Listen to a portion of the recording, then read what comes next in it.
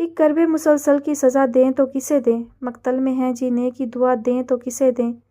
Ayad نے برسوں کی تکن اپنی نگاہوں میں لیا انہیں دیکھا تھا جو اب بولنے کے لیے الفاظ ڈھونڈ رہے تھے۔ اس گھر کے دروازے تمہاری ماں اور تمہارے بھائی کے لیے ہمیشہ کھلے رہیں گے، مگر اپنے دل کے دروازے میں بند کر چکا ہوں ایاد افندی۔ سرمئی آنکھوں میں سرخی چھانے لگی تھی، نمی قطرہ قطرہ پگھل کر دل کی بنجر زمین پر گر رہی تھی۔ گھر دلوں میں ہی بنائے جاتے ہیں بابا، ایک بار کوشش تو کریں، مجھے یقین ہے آپ عباد کے اچھے باپ بن سکتے ہیں۔ اس کے دل میں ایک موہوم سی امید اجاگر ہوئی۔ یہ فرض تم بہترین طریقے سے نبھا سکتے ہو، تم اس کے اچھے باپ جیسے بھائی بن سکتے ہو، تم یہ کر سکتے ہو، مگر میں اسے تمہارے برابر جگہ نہیں دے سکتا، میں اسے وہ شفقت نہیں دے سکتا جو ایک باپ اپنی اولاد کو دے سکتا ہے۔ تمہاری ماں صرف تمہاری ماں ہے اور تمہارا بھائی صرف تمہارا بھائی ہے، میں انہیں اپنے ساتھ نہیں جوڑ سکتا۔ وہ فیصلہ سنا چکے تھے۔ ایاد چند پل پلکیں جھپکتا انہیں دیکھتا رہا، پھر سر جھکا کر سر کو ہلکی سی جنبش دی۔ جیسے آپ کی مرضی۔ وہ ان کے دروازے سے مایوس ہو کر لوٹ رہا تھا، وہ اسے جاتا دیکھ رہے تھے۔ وہ جو امیدیں اپنے ساتھ یہاں لے کر آیا تھا وہ بکھر چکی تھیں۔ واپسی کے لیے قدم بڑھاتے ہوئے اسے اپنے قدم من بھر کے محسوس ہوئے تھے، آنکھوں میں جلن ہونے لگی تھی۔ کمرے سے نکلتے ہوئے اس کی نگاہ دروازے پر کھڑی محمل پر ٹکی جو سانس روکے ٹکٹکی باندھے اسے دیکھ رہی تھی۔ وہ وہیں رک گیا، نظروں کا تبادلہ ہوا۔ وہ سست روی سے آگے بڑھی اور دھیرے سے اپنا سر اس کے سینے پر رکھا تھا۔ اس تکلیف سے گزرنے والے آپ اکیلے نہیں ہیں، میں آپ کے ساتھ ہوں آبی۔ نظر اٹھا کر اس کی نیلی آنکھوں میں جھانکا۔ کاش میں تمہیں اس تکلیف سے نکال پاتا۔ آپ نے پوری کوشش کی۔ اس نے دھیرے سے اس کا ہاتھ دبایا تھا۔ فیصلے کا حق بابا کو ہے، یقیناً انہوں نے جو فیصلہ کیا ہے سوچ سمجھ کر ہی کیا ہوگا۔ وہ اسے تسلی دے رہی تھی، وہ اپنے آبی کو کمزور پڑتا نہیں دیکھ سکتی تھی۔ وہ وقت مانگ رہے تھے محمل، اس کی آنکھوں میں نمی چمکی تھی۔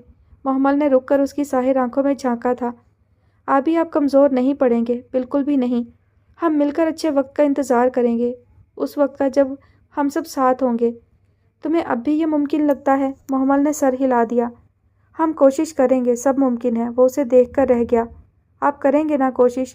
وہ پر امید نظروں سے اسے دیکھ رہی تھی۔ وہ سر ہلا گیا۔ اسے اس وقت محمل بڑی لگی تھی، سمجھدار اور بہادر۔ آنکھوں میں اترتی نمی کو پیچھے دھکیلتے ہوئے اس نے محمل کے گرد حصار قائم کیا تھا۔ ایک دوسرے کا سہارا بنتے یہ بہن بھائی زندگی کے ہر موڑ پر ساتھ نبھانے کا عہد کر چکے تھے، وہ عہد جو سانسوں کی ڈور کٹنے تک قائم رہے۔ وہ باغیچے میں جھولے پر بیٹھی جھولا جھولتے ہوئے نظریں سامنے ٹکائے سوچوں میں گم تھی۔ سست روی سے جھولا جھولتے ہوا میں موجود نمی کو محسوس کرتے اس نے نگاہوں کا رخ سبز پودوں کی طرف کیا تھا۔ دھانی رنگ کے کپڑوں میں ملبوس وہ اب سوچوں سے نکلنے کے لیے نظروں کا رخ حویلی کے داخلی حصے کی طرف کر رہی تھی۔ گود میں کتاب رکھی تھی اور کتاب کے اوپر موبائل رکھا تھا۔ آج اس کی سالگرہ تھی، وہ اسے مبارک بھی نہیں دے سکی۔ گھنٹوں پہلے کیے گئے میسج پر ابھی تک صرف ایک نشان نظر آ رہا تھا۔ نظروں کا رخ ایک بار پھر بدل کر گود میں رکھے موبائل پر کیا، لب دانتوں میں دبائے موبائل کو دیکھا، پھر دائیں ہاتھ سے موبائل کو اٹھایا، کچھ نمبر ملائے اور موبائل کان سے لگایا۔ تھوڑی دیر بعد دوسری طرف سے کال اٹھا لی گئی۔ السلام علیکم، انادیہ کی حشاش بشاش آواز اس کے کانوں میں پڑی۔ وعلیکم السلام، کیسی ہو، سب کیسے ہیں؟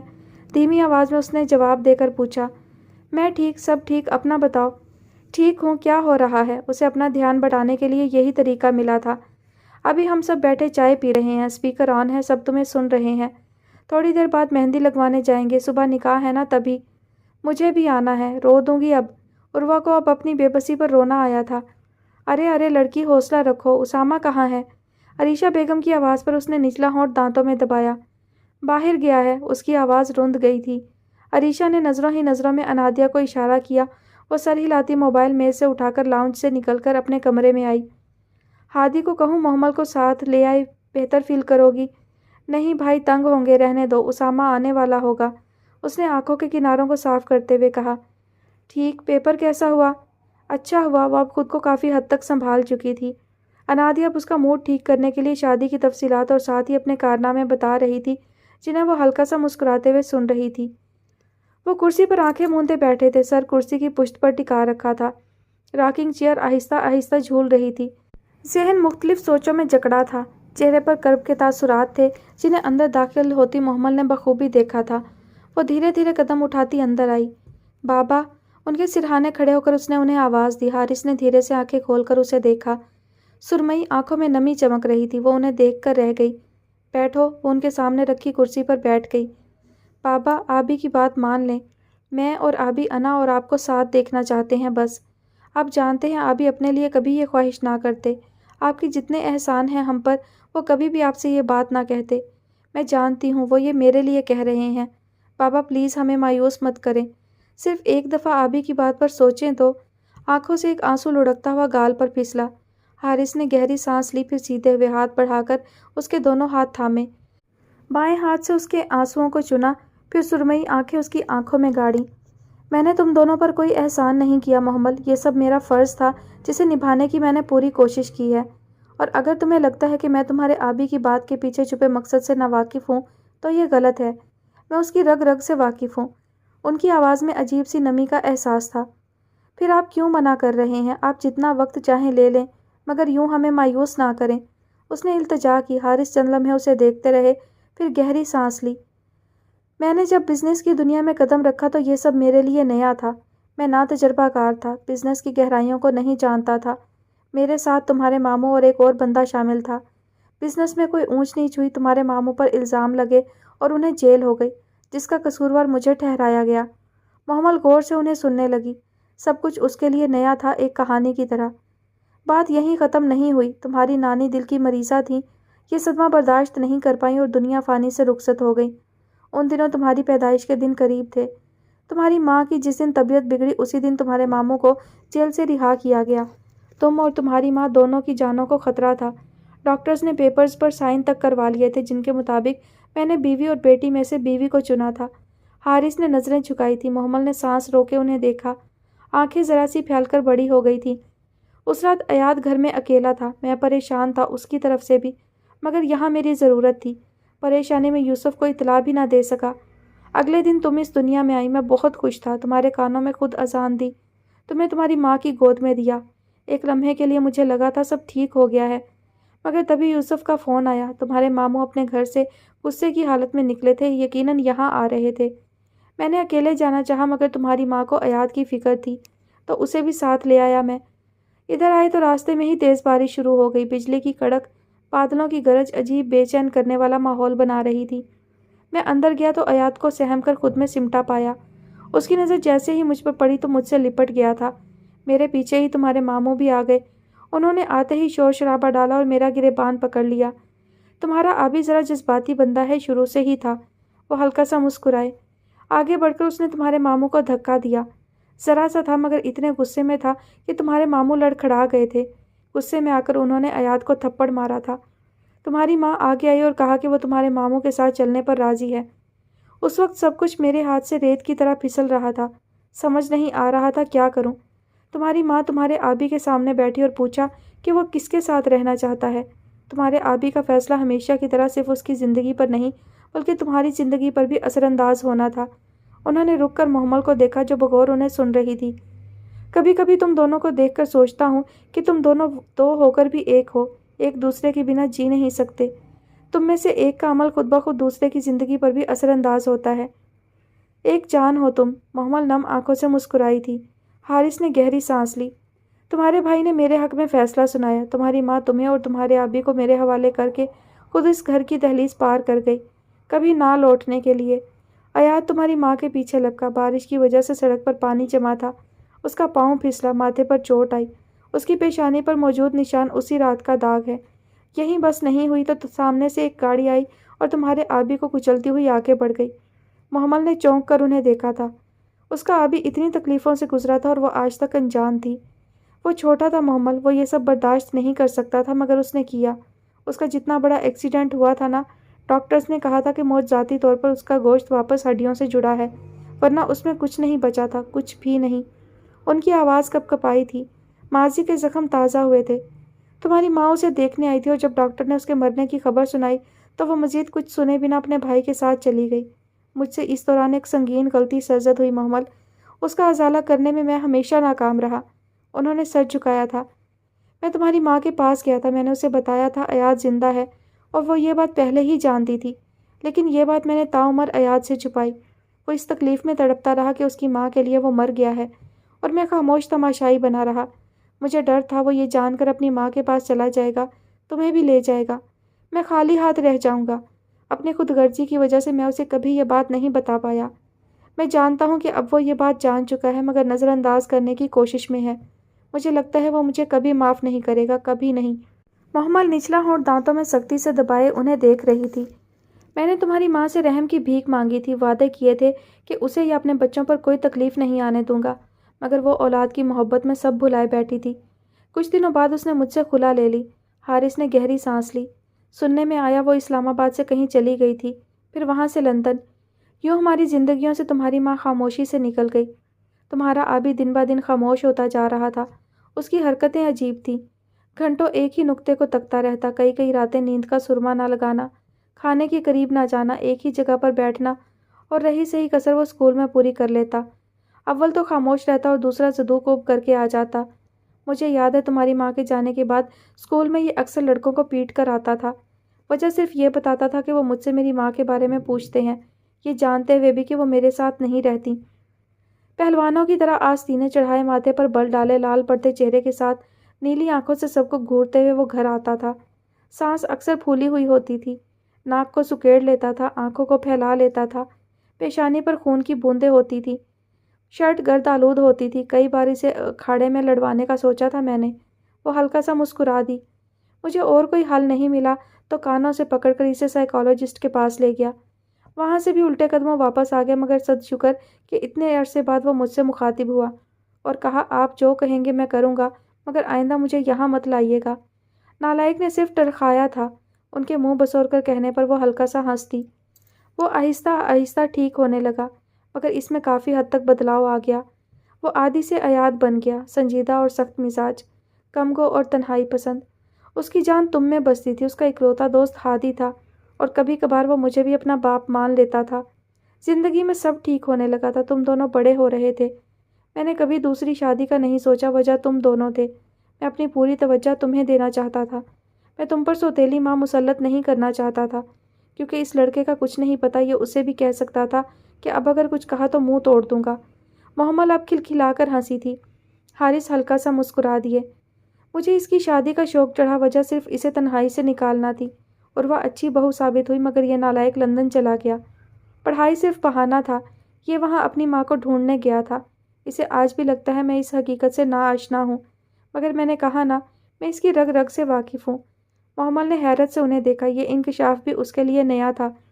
اس دوران ایک اور بات میں اس سے چھپا گیا، وہ یہ کہ عروہ کی بہن مرحا کا شوہر سعد تھا، تمہارے ماموں کا بیٹا۔ میں حیران تھا کہ قسمت کیسے اسے بچا رہی تھی۔ خیر وہ واپس آیا تو سمجھو سب بدل گیا۔ سعد نے تمہاری ماں کو اس کا پتہ بتایا، اس کی ماں آفس آئیں، اس سے ملی، اور آگے سب معلوم ہے تمہیں۔ محمل نے سر ہلا دیا۔ جانتی ہو میں زندگی میں سب سے زیادہ کس بات سے ڈرا ہوں؟ انہوں نے آگے ہو کر محمل کی آنکھوں میں جھانکا۔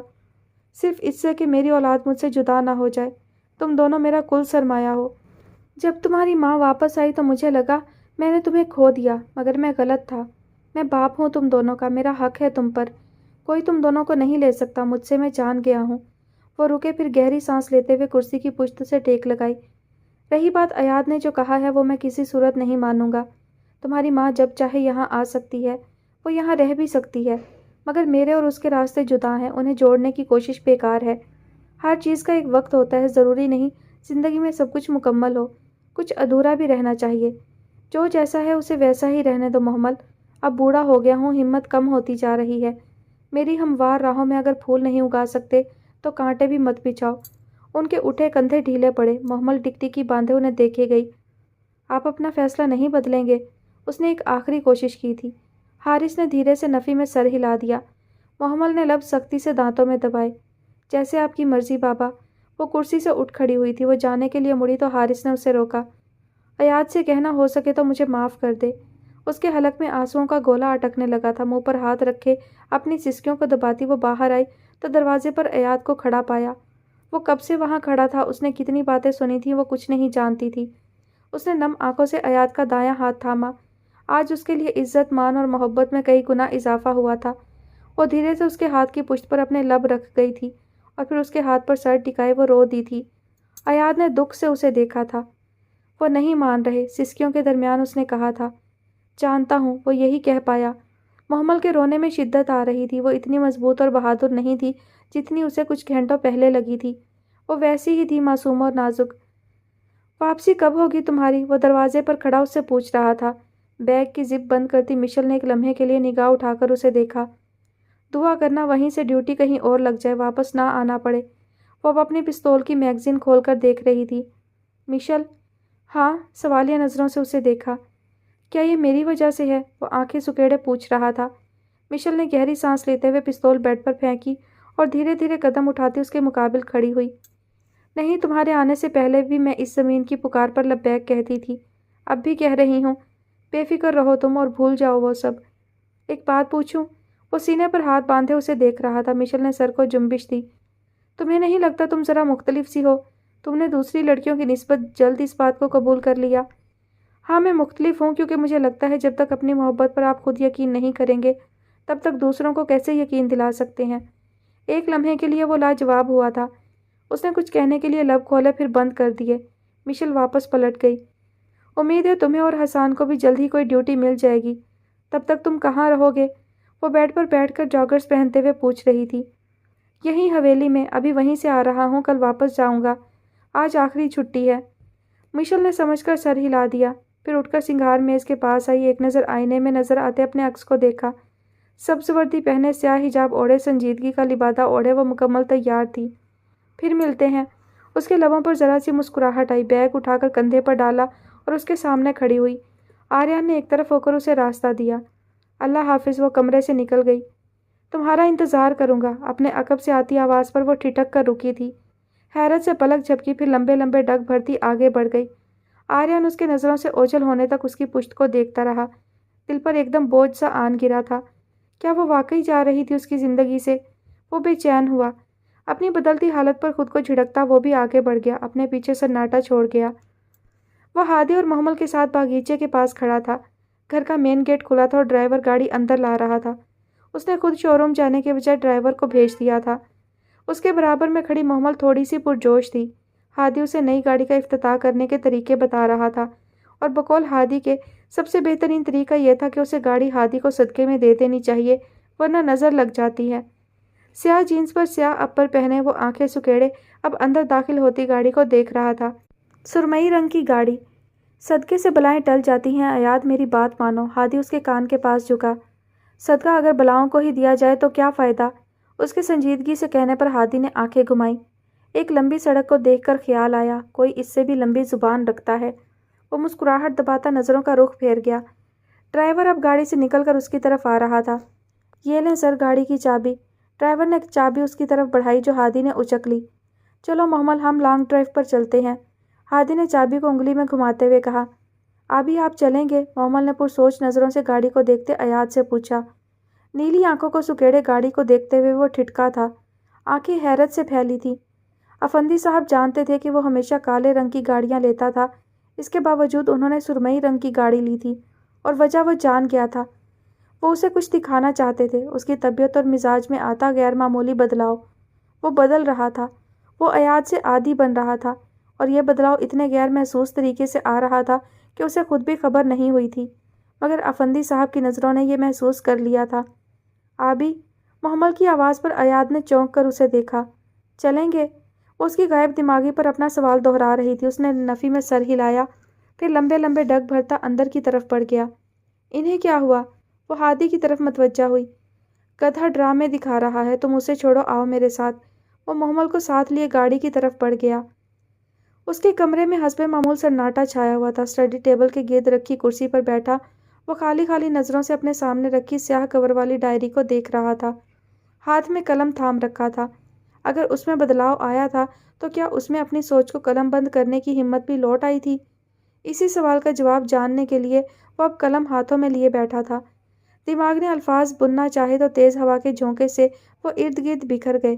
اس نے انہیں سمیٹنا چاہا تو وہ ہاتھ سے ریت کی مانند پھسلنے لگے۔ اس نے دوبارہ کوشش کرنی چاہی تو جذبات کی ایک لہر آئی اور انہیں بہا لے گئی۔ وہ ساحل کنارے کھڑا ان کے کنارے پر آنے کا انتظار کرنے لگا۔ وقت گزرتا رہا مگر الفاظ جذبات کی موجوں میں ڈوبتے رہے۔ وہ سانسوں کی ڈور کے کٹنے کے انتظار میں رہا مگر ان کی سانسیں باقی رہیں۔ اس نے سمندر کے پانی میں پاؤں رکھے تو پانی کو برف سا ٹھنڈا پایا۔ اس نے فوراً پاؤں باہر نکال لیے۔ سوچیں منجمد ہونے لگیں، جذبات ٹھٹھرنے لگے اور پھر سب برف سا ہو گیا۔ اس نے تیزی سے قلم میز پر پھینکا تھا جیسے وہ کوئی اچھوت ہو۔ اس پر عجب سی کیفیت طاری ہونے لگی تھی، جسے سالوں زندان میں تڑپنے کے بعد ایک قیدی کو رہا کیا جا رہا ہو۔ نقش مٹے مٹے سے ہوں، کپڑے گرد آلود ہوں، جسم پر زخموں کے نشان ہوں، دل کسی بنجر زمین کی مانند ہو، مگر جینے کی امنگ قائم ہو۔ کیا عادی واقعی لوٹ رہا تھا؟ یہ سوال اس کے ذہن پر ہتھوڑے برسا رہا تھا۔ سوچیں ٹوٹ پھوٹ کا شکار ہو رہی تھیں، بے ربط الفاظ بکھرنے لگے تھے، ذہن بے معنی جملے بننے لگا تھا، اور پھر کچھ یاد آنے پر وہ بری طرح سے ٹھٹکا تھا۔ میرے الفاظ بے ربط ہیں، میری باتوں کا کوئی مفہوم نہیں ہے، میرے بے ربط الفاظوں کی کوئی ترتیب نہیں ہے۔ بھلا جو خود بے ترتیب ہو، اس کے الفاظ کیسے ترتیب سے ہو سکتے ہیں؟ عادی، اس نے سرگوشی کی تھی، آواز میں خوف کا عنصر شامل تھا، اور پھر دور کہیں منادی کرا دی گئی تھی، دھڑکنوں کا شور برپا ہوا تھا۔ اس کے ڈوبتے الفاظ ساحل کنارے پہنچ گئے تھے، بحری جہاز کی لنگر بندی کی گئی تھی، کسی کو خوش آمدید کہا جا رہا تھا، ہوا آنے والے کے ارد گرد رقصاں تھی۔ تیز روشنی کی چمک سے ایک لمحے کے لیے اس کی آنکھیں چندھیائی تھیں۔ وہ لوٹ آیا تھا، عادی لوٹ آیا تھا۔ یہ ورق ورق تیری داستاں، یہ سبق سبق تیرے تذکرے، میں کروں تو کیسے کروں الگ تجھے زندگی کی کتاب سے۔ اگلے دن احتشام کا نکاح تھا۔ وہ سب شام 7 بجے ہی گھر سے ہال کے لیے نکل گئے تھے۔ ہال کے ایئر کنڈیشنر ماحول کی ان کی محبت کے جذبات کی حدت میں کہیں گم ہو رہی تھی۔ اسٹیج پر سب منال اور احتشام کے گرد گھیرا تنگ کیے بیٹھے تھے، جن کا نکاح تھوڑی دیر پہلے ہی ہوا تھا۔ نور العین، الماس، مرحا، انادیہ اور انیسہ اس سے دودھ پلائی کی رسم کے بعد اب نیک لینے کے چکر میں ہلکان ہو رہی تھی۔ احتشام، اچھے بچے بنو، ضد چھوڑو اور شرافت سے دے دو پیسے۔ خود تم نے تو لالی پاپ پکڑا دیے تھے اور اب مجھے فری میں مشورے دے رہے ہو۔ اس نے آنکھیں گھمائیں۔ وہ بس مذاق تھا، ورنہ میں کنجوس نہیں ہوں، نور سے پوچھ لو۔ اس نے کالر جھاڑے۔ منال یار تم ہی کچھ کہہ دو۔ انادیہ نے معصوم شکل بنا کر منال کو دیکھا جو ان سب کے درمیان کچھ شرمائی شرمائی بیٹھی تھی۔ میں کیا کہوں، وہ ہچکچائی۔ دے دیں، اس نے آواز قدرے دھیمی کر کے کہا۔ لڑکیوں نے زوردار تالیاں بجائی تھیں۔ احتشام منہ بسوڑتے ہوئے اپنا بٹوا نور العین کے ہاتھ میں رکھ گیا۔ چلو لڑکیوں، اب جمعرات کو آنا، رخصتی کا وقت ہو گیا ہے۔ سالے کے کہنے پر سب نے اسے گھورا۔ آپ کے حصے کا کام ہم کیوں کر کریں بھائی؟ انادیہ نے دانت پیس کر اسے دیکھا، پھر تمام لڑکیوں کے ہمراہ اسٹیج سے اتر گئیں۔ کچھ ہی دیر بعد منال احتشام کا ہاتھ تھامے اسٹیج سے اتر رہی تھی۔ سنہری رنگ کے کامدار جوڑے میں ملبوس، احتشام کے برابر قد، تیکھے نقوش اور بادامی رنگ کی آنکھیں جن میں نمی چمک رہی تھی۔ اس کے برابر میں چلتا احتشام سنہرے رنگ کی ہی شیروانی میں ملبوس تھا۔ منال کا ہاتھ تھامے اسے اپنے ساتھ کا یقین دلاتا اعتماد سے چلتا وہ آگے بڑھ رہا تھا۔ ایک اور محرم رشتے کی بنیاد رکھی جا چکی تھی، وہ رشتے جو کوسے خزاں کے رنگوں جیسے ہوتے ہیں، آنکھوں کو بھانے والے، دل کو تسکین پہنچانے والے، جن کی خوبصورتی انسان کو پرسکون کر دیتی ہے۔ اگلے دن وہ پیپر دے کر امتحانی ہال سے نکل کر راہداری میں حیا کا انتظار کرنے لگی۔ دیوار سے ٹیک لگائے ارد گرد نگاہیں دوڑاتے ہوئے اس کی نظر سامنے سے آتے ایاد پر ٹکی جو اسے دیکھ چکا تھا اور اب اسی کے پاس آ رہا تھا۔ السلام علیکم، کیسی ہو؟ وہ نرمی سے دھیمے لہجے میں پوچھ رہا تھا۔ عروہ نے تیوری چڑھا کر اسے دیکھا۔ وعلیکم السلام، زندہ ہوں۔ ایاد کے ماتھے پر بل پڑے۔ کیا ہوا ہے ہانم؟ دماغ خراب ہوا ہے میرا، اس نے دانت پیسے تھے۔ جانتے ہیں کتنے میسج کیے ہیں، کالز کی ہیں، مگر کوئی جواب نہیں۔ تھے کہاں آپ جو کال اٹھانے کی بھی فرصت نہیں تھی، یا کم از کم میسج دے کر اطلاع کر دیتے کہ مصروف ہوں۔ اتنا پریشان کر رکھا ہے مجھے، 3 پیپر ہو گئے ہیں میرے، 3 دن مزید رک جائیں پھر دیکھتی ہوں آپ کو۔ وہ غصے سے لال ہوتی تیز تیز کہہ رہی تھی۔ وہ لب دانتوں میں دبائے اسے دیکھ رہا تھا۔ امتحانی ہال سے نکلتے طلبہ تعجب سے انہیں دیکھ رہے تھے۔ اب چپ کیوں ہیں؟ وہ اس کی مسلسل خاموشی سے جھنجھلائی۔ بولنے کا موقع دو گی تو کچھ کہوں گا نا۔ اس کے معصومیت سے کہنے پر وہ اسے دیکھ کر رہ گئی۔ کل صبح میں یونی کے بعد کام سے گیا تھا، پھر انا کے پاس اور پھر گھر۔ باقی دن گھر میں گزرا، مگر تھوڑا مصروف، میں تمہارے میسیجز اور تمہاری کالز دیکھ نہیں سکا۔ موبائل کہاں ہے آپ کا؟ وہ اسے گھورتی ہوئی پوچھ رہی تھی۔ ایاد نے ہاتھ میں پکڑا موبائل اس کے آگے کیا جو اس نے فوراً تھام لیا۔ پاس ورڈ 1 اپریل۔ عروہ نے رک کر اسے دیکھا، پھر سر جھٹک کر پاس ورڈ لگا کر موبائل آن کیا، پھر اسکرین اس کے سامنے کی۔ آپ کا برتھ ڈے تھا، میں نے کالز بھی کی ہوئی ہیں اور میسیج بھی۔ کیسے ممکن ہے آپ نے موبائل اٹھایا ہو اور کچھ دیکھا نہ ہو؟ ایسے کہ میں نے موبائل ہی نہیں اٹھایا۔ اس نے معصومیت سے شانے اچکائے۔ عروہ نے گہری سانس لی، پھر اس کا موبائل اسے پکڑایا۔ جا رہی ہوں میں، مر جاؤں گی نا پھر یاد آئے گی میری۔ ایاد نے حیرت سے اسے دیکھا جو اب اس کے پاس سے گزر کر جا رہی تھی۔ میری بات سنو، اب میں اچھا لگوں گا تمہارے پیچھے بھاگتے ہوئے، تمہیں آوازیں دیتا۔ وہ اس کے ساتھ چلتے ہوئے کہہ رہا تھا۔ بالکل نہیں، تو مہربانی کر کے آپ پیچھے ہی رہیں۔ اس کے قدموں کی رفتار تیز ہوئی۔ خانم رکیں۔ وہ رک گئی تھی، مڑ کر اسے دیکھا، پھر خفگی سے منہ پھلایا۔ آئندہ یہ مرنے مرانے کی باتیں نہ سنوں میں، ٹھیک؟ وہ دائیں ابرو اٹھائے کہہ رہا تھا۔ آئندہ آپ کو میری کالز کو اگنور کرتے نہ دیکھوں میں، ٹھیک؟ اس نے بھی اسی کے انداز میں دائیں ابرو اٹھاتے ہوئے کہا۔ میں نے سچ میں نہیں دیکھی، اس نے صفائی پیش کی۔ کیا یاد کریں گے، مان لیتی ہوں۔ ایاد نے سر کو خم دیا۔ پیپر کیسا ہوا؟ اچھا۔ لینے کون آئے گا؟ وہ اب اس کے ساتھ چلتے ہوئے پوچھ رہا تھا۔ ڈرائیور کو فون کرنے لگی ہوں۔ رہنے دو، میں چھوڑ آتا ہوں۔ عروہ نے گردن ترچھی کر کے اسے دیکھا۔ فارغ ہیں آپ؟ ہاں، جب تک تم لوگوں کے پیپرز ہیں۔ اس نے کندھے اچکا دیے۔ وہ دونوں اب پارکنگ ایریا میں آئے تھے۔ ایاد نے آگے بڑھ کر گاڑی کا دروازہ کھولا تھا۔ شکریہ، شرارتاً کہتے ہوئے وہ گاڑی میں بیٹھ گئی۔ وہ مسکراہٹ دباتے ہوئے دوسری جانب سے آ کر ڈرائیونگ سیٹ پر بیٹھ گیا تھا۔ انا، ایک بات بتائیں۔ کتاب ہاتھ میں لیے عباد صوفے پر بیٹھا۔ اس کے برابر میں بیٹھی انیکا نے سوالیہ نظروں سے اسے دیکھا۔ آپ بھی اپنے بابا پر گئے ہیں؟ میں اپنے بابا پر؟ تو محمل اپنے بابا پر کیوں نہیں گئی؟ اس کے چہرے پر بلا کی سنجیدگی تھی۔ اس کا سوال واقعی گمبھیر اور مشکل تھا۔ ماں پر جانے میں کیا برائی ہے؟ تو میں آپ پر کیوں نہیں گیا؟ وہ اب انگلی اپنے گال پر رکھے پوچھ رہا تھا۔ میں کیسے بتا سکتی ہوں، یہ تو اللہ کی مرضی ہے۔ انہوں نے بات ختم کرنی چاہی۔ آپ کس پر گئی ہیں؟ انیکا نے اسے گھوری سے نوازا۔ بتائیں نا، وہ بضد ہوا۔ تمہاری نانی پر۔ اور ماموں؟ وہ بھی تمہاری نانی پر۔ یہ تو نانا کے ساتھ زیادتی ہوئی پھر، اسے حقیقتاً افسوس ہوا تھا۔ اچھا، داؤد بھائی اکلوتے ہیں تو وہ آدھے چاچو پر اور آدھے چاچی پر گئے ہیں۔ عمر بھائی بھی اکلوتے ہیں تو وہ پورے اپنی امی پر کیوں گئے ہیں؟ ایک اور سوال نے اسے پریشان کیا۔ عباد، چپ چاپ کتاب کھولو، اپنی فضول سوالات مت کیا کرو۔ انیکا نے اسے گھورا۔ اچھا، آخری سوال۔ وہ آگے ہوا۔ ایاد، آبی کی آنکھیں نیلی کیوں ہیں؟ اس کے بابا کی آنکھیں تو سرمئی ہیں۔ اس کی چمکتی پیشانی پر بل پڑے تھے۔ ضروری نہیں انسان ہر چیز اپنے ماں باپ سے لے۔ انہوں نے اپنی طرف سے بات ختم کرنے کی کوشش کی۔ تو پھر میری آنکھیں نیلی کیوں نہیں ہیں؟ یہ بابا جیسی کیوں ہیں؟ ایاد، اب آواز نہ آئے تمہاری۔ وہ ان کے ڈانٹنے پر منہ پھلا کر پیچھے ہوا۔ اچھا، نہ پڑھ رہا ہوں۔ شکایت مت لگائیے گا آبی سے۔ منہ کے زاویے بگاڑتے ہوئے اس نے کتاب کھول کر گود میں رکھی۔ کتاب کے صفحے پلٹتے ہوئے اسے کچھ یاد آیا۔ اس نے کتاب بند کر کے کوہنی اپنے دائیں گھٹنے پر رکھ کر اپنی انگلی گال پر رکھ کر انیکا کو دیکھا اور پھر انیکا کی گھوری کو نظر انداز کرتے ہوئے وہ پوچھ رہا تھا، میرے بچے مجھ پر جائیں گے یا اپنی ماں پر؟ یہ بات ٹھیک ہے کہ جب انادیہ اور انیسا نے ویڈیو کال پر مجھے احتشام بھائی کے نکاح کا مینیو دکھایا تھا تو مجھے رونا آ گیا تھا، مگر اس کا یہ مطلب نہیں کہ آپ مجھے یہاں لے آئیں۔ مطلب آدھی آپ جانتے ہیں مجھ سے نقاب میں نہیں کھایا جاتا۔ وہ اسے تفصیل سے سمجھاتے ہوئے آخر میں روحانسی ہوئی۔ پانی کا گلاس میز پر رکھتے ہوئے ایاد نے ایک نگاہ ارد گرد ڈالی۔ لنچ کا وقت ہونے کی وجہ سے ریستوران میں رش تھا۔ ویٹرز مصروف سے ادھر ادھر جا رہے تھے۔ اس نے نگاہوں کا رخ واپس عروہ کی طرف کیا۔ تم یہاں بیٹھ کر صرف مجھے دیکھ بھی سکتی ہو۔ اس نے نچلا ہونٹ دانتوں میں دبایا۔ خیر، اب ایسی بھی کوئی بات نہیں ہے، مطلب اب اتنے بھی اچھے نہیں ہیں آپ۔ اس نے آنکھیں گھمائیں۔ مطلب اتنا اچھا نہیں ہوں مگر ہوں۔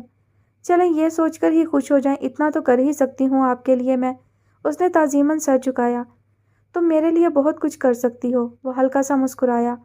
مثلاً تم نقاب میں کھانا سیکھ سکتی ہو۔ عروہ نے رک کر اسے دیکھا، پھر گہری سانس لی۔ مشکل کام مگر کوشش کر سکتے ہیں۔ اس نے چمچ اٹھایا۔ وہ بھی ہلکا سا مسکراتے ہوئے پلیٹ پر جھکا۔ بالکل، آپ کو اگر اپنی لندن والی بیویوں سے فرصت مل گئی ہو اور آپ کے پاس تھوڑا وقت ہو تو میں جاننا چاہوں گی کہ آپ نے یہ کیوں کہا کہ آپ کو عادی نام پسند نہیں، جبکہ انا آپ کو عادی ہی کہتی ہیں، اور سعد بھائی نے ایسا کیوں کہا کہ آپ کی انا آپ کو نہیں جانتی؟ بے اختیاری میں آخری بات منہ سے نکلنے پر اس نے زبان دانتوں میں دبائی۔ ایاد نے دائیں ابرو اٹھا کر اسے دیکھا۔ سعد نے کیا کہا تم سے؟ وہ آنکھیں سکیڑے اسے دیکھ رہا تھا۔ اس نے گڑبڑا کر نظریں ادھر ادھر گھمائیں جیسے راہ فرار تلاش کرنا چاہ رہی ہو۔ حانم، آپ سے پوچھ رہا ہوں۔ کچھ نہیں، وہ بس۔ اس نے معصومیت سے پلکیں جھپکی۔ وہ کہہ رہے تھے انا آپ کو نہیں جانتی۔ اور اس نے ایسا کیوں کہا؟ کیا جانتی ہو تم عروہ، اور یہ کب کی بات ہے؟ وہ آگے ہوا۔ عروہ نے رک کر اسے دیکھا، پھر ماتھے پر سلوٹیں نمودار ہوئیں۔ میں بھی یہ کہہ سکتی ہوں کہ یہ سب بتانے کے لیے وقت چاہیے، پھر کبھی صحیح۔